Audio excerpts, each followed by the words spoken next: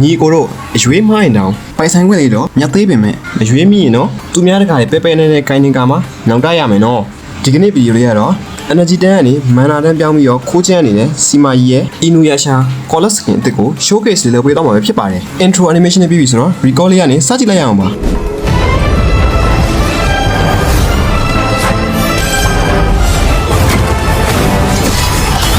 recall ခေါ်တဲ့အခါမှာအနက်ရောင်နဲ့ခင်းရောင်ဆက်ထားတဲ့မိတောင်တွေနဲ့အတူအသွင်ပြင်းမဲ့တဲ့အီယာမရိုးခိုင်းကြီးတကောင်ထောက်ပေါ်လာမှာဖြစ်ပြီးတော့အဲ့ဒီရိုးခိုင်းကြီးနဲ့တိုက်ရင်ခိုင်းဆက်ရှောမာတို့အနေနဲ့အိမ်ပြန်ရောက်သွားတာကိုတွေ့ရပါတယ်။ဒါကြောင့်မို့လို့ recall ကိုတော့သူရှိရကောတဲ့အတိုင်းပဲမခုံမကပ်ပဲနဲ့တေးသက်လုပ်ပေးတာလို့ပြောနိုင်ပါတယ်ဗျ။ walking animation မှာတော့ရန်ကြီးထူထူရှားအဖတ်မျိုးပါဝင်လာတာမျိုးမရှိပဲဆက်ရှောမာတို့အနေနဲ့တိမ်တိုက်တောင်တန်းအသေးစားလေးကိုဝေးဝိုက်ပြန်သွားတာကိုတော့တွေ့ရပါတယ်။ visitor ကတော့ဆက်ရှောမာတို့အနေနဲ့ဓာတ်ကိုဝေးလိုက်တိုင်းမှာဖြိုနဲ့အပြောင်ဆက်ထားတဲ့ဘောလုံးတရံအရာလေးနဲ့ရန်သူကိုထိမှန်စီမှာဖြစ်ပြီးတော့scale တစ်ခုကိုဖိတိုင်းလမ်းလျှောက်နေတဲ့အခါမှာဆိုရင်ဆက်ရှောမာတို့ရဲ့ဓာတ်မှာအစိမ်းရောင်လျှက်စီးလေးလက်နေရာကိုတွေ့ရမှာပဲဖြစ်ပါတယ်။စီမာကြီးရဲ့ passive ဖြစ်တဲ့ scale တစ်ခုကိုသုံးပြရတဲ့ enhance basic တက်မှာလည်းဝါရောင်နဲ့အစိမ်းရောင်ဆက်ထားတဲ့လျှက်စီး effect တွေကိုသုံးပေးထားပါတယ်။ passive ကိုဆန်ရင်တွဲသုံးပြနေတဲ့ scale မှာဆိုရင်ဆက်ရှောမာတို့အနေနဲ့သူ့ရဲ့နှကိုခွေးတဲ့ရိုးခိုင်းဖောင်တစိုးတစားပြောင်းကပြန်သွင်းသွားလာနေမှာဖြစ်ပြီးတော့ scale 1အချိန်ပြည့်သွားရင်တော့လူတရံကိုပြန်ပြောင်းသွားမှာပဲဖြစ်ပါတယ်။ scale 1ကိုသုံးနေချိန်နောက်မှကျန်ခဲ့တဲ့ခန္ဓာကိုယ်ကိုလည်း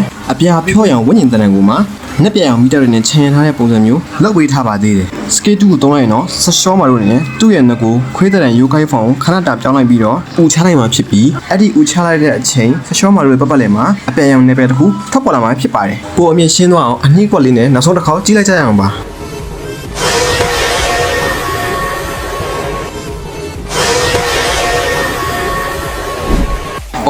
ultimate ကိုသုံးလိုက်ရင်တော့ဆက်ရှောမာတို့အနေနဲ့နောက်ပိုတစ်ချက်ကုန်က basic တက်ကအလုံးတရံနေရော scale 1ကလက်ပြန်အောင်မီတောက်တွေရောအားလုံးကိုစုစည်းရင်တစုံတစားခွေးတဲ့ရိုးခိုင်းပုံစံကြီးပြောင်းကတတိပေါ်လောက်ချရင်မှာပဲဖြစ်ပါတယ်ထုံးစံအတိုင်းပိုရှင်းသွားအောင်နောက်ဆုံးအနေနဲ့အနှီးကွက်လေးနဲ့တစ်ခါကြည့်လိုက်ရအောင်ပါ